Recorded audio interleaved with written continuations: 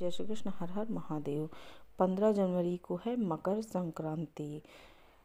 इस दिन सूर्य देव धनु राशि से निकलकर मकर राशि में प्रवेश करते हैं, इसलिए इस संक्रांति को मकर संक्रांति कहते हैं।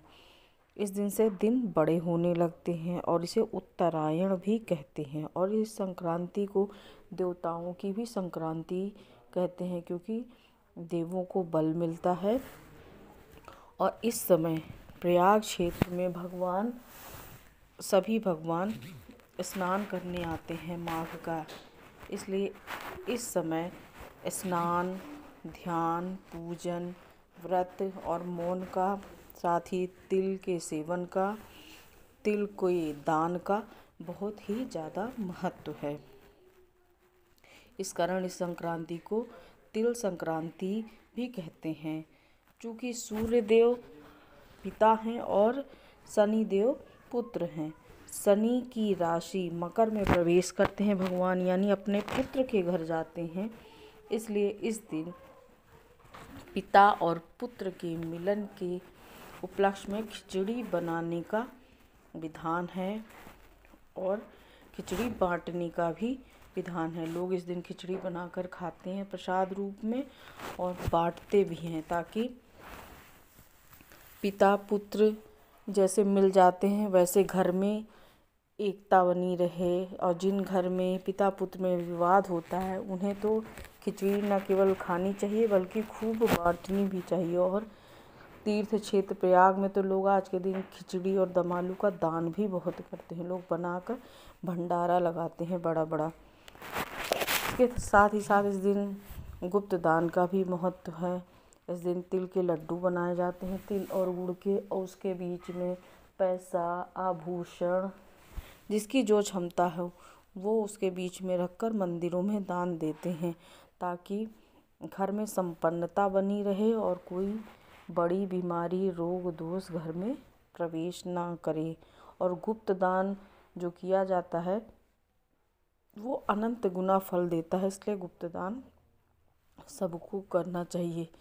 कुछ क्षेत्रों में बहन बेटियों के दिन के लिए उनके घर पर खिचड़ी भेजने की परंपरा है। उसमें तरह तरह के तिल के लड्डू, बाजरे के लड्डू, चावल के आटे के लड्डू, कई तरह के लड्डू, मगज, ये सब चीज़ें भेजी जाती हैं। और कुछ क्षेत्रों जैसे पश्चिमी उत्तर प्रदेश, मुरादाबाद, संभल, रामपुर आदि क्षेत्रों में तिल और मावे के लड्डू बनाए जाते हैं और उनके बीच में आभूषण आदि रखकर बहन बेटियों को गुप्त दान दिया जाता है। हर क्षेत्र की अपनी अलग परंपरा है।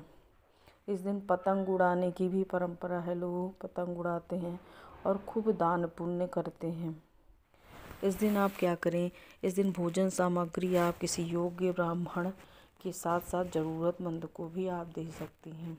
आप भोजन ना बना पाएँ तो खिचड़ी के समस्त सामग्री जैसे दाल, चावल, नमक, हल्दी, साथ में कुछ सब्जियां, थोड़ा सा घी, फल आदि रखकर, अदरक, फल और पैसे आदि रखकर दान करें। जितना आप बांटेंगे उतना ही बढ़ता है। कुछ क्षेत्रों में मोती दान करने की बहुत परंपरा है। चावलों के बीच में मोती रखकर दान किया जाता है और चौक भी पूरी जाती है मोतियों से। तो आप पूरा तो मोतियों से चौक नहीं पूर पाएंगे आजकल के ज़माने में, तो चावल से चारों ओर चौक बनाकर, जिसे अल्पना रंगोली कहते हैं, चावल की रंगोली बनाकर बीच में मोती के आभूषण रखकर बाद में वो आभूषण ब्राह्मण को दान किए जाते हैं, ब्राह्मणी को दान किए जाते हैं श्रृंगार की वस्तुओं के साथ। कुछ क्षेत्रों में आज के दिन जैसे महाराष्ट्र आदि क्षेत्रों में हल्दी कुमकुम का दान किया जाता है। इस दिन सुहागिनों को भेंट में लोग सुहाग की सामग्री के साथ हल्दी कुमकुम का दान करते हैं, जो बहुत ही शुभ माना जाता है। आपके क्षेत्र में जिस प्रकार की भी परंपरा से मकर संक्रांति मनाते हैं, मनाएं अवश्य। ज़्यादा ना कर पाएँ तो थोड़ा अवश्य करें, पर करें ज़रूर।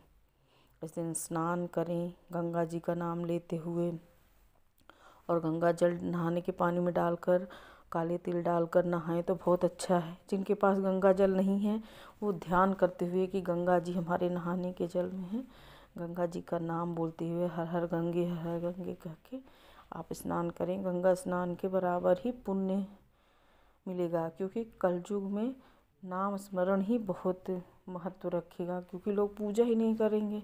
तो कलयुग केवल नाम आधार, इसलिए नाम जाप से ही, जिनके पास नहीं है, और जिनके पास है वो तो गंगा जल डाल के ही नहाएंगे, जिनके पास नहीं है वो नाम जाप करके ही स्नान करें, और जिनके पास है वो तो गंगा जल डाल के ही स्नान करें। विधिवत अपने जो भी आपके इष्ट हैं उनका पूजन करें, उनको तिल के पकवान, लड्डू, रेवड़ियाँ आदि चढ़ाएं, और अपने इष्ट के मंत्रों, भजन, चालीसा का आप पाठ करें और ईश्वर को धन्यवाद अवश्य दें। और चूँकि सूर्य का पर्व है तो इस दिन सूर्य देव को अर्घ अवश्य दें। आदित्य हृदय स्तोत्र का पाठ करें, सूर्य के मंत्रों का जाप करें। कुछ नहीं आता, गायत्री मंत्र का पाठ करें। वो भी नहीं कर पा रहे हैं तो ओम सूर्याय नमः, ओम सूर्याय नमः, ओम सूर्याय नमः, सूर्य देव को प्रणाम करें और उनका आभार व्यक्त करें। सूर्य देव मान, सम्मान, यश, बुद्धि और अनुशासन के देवता हैं। और यदि आपको मान सम्मान चाहिए, स्मृति तेज चाहिए, तो सूर्य देव की शरण में आपको जाना ही पड़ेगा।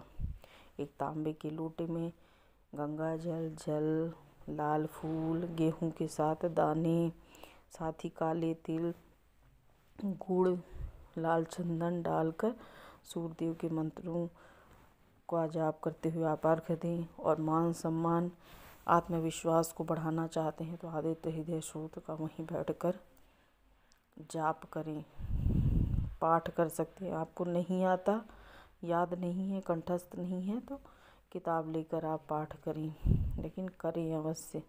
भुवन भास्कर आपका हमारा सबका कल्याण करें, इसी मनोकामना से विदा लेती हूँ। राधे राधे, जय श्री कृष्ण, हर हर महादेव।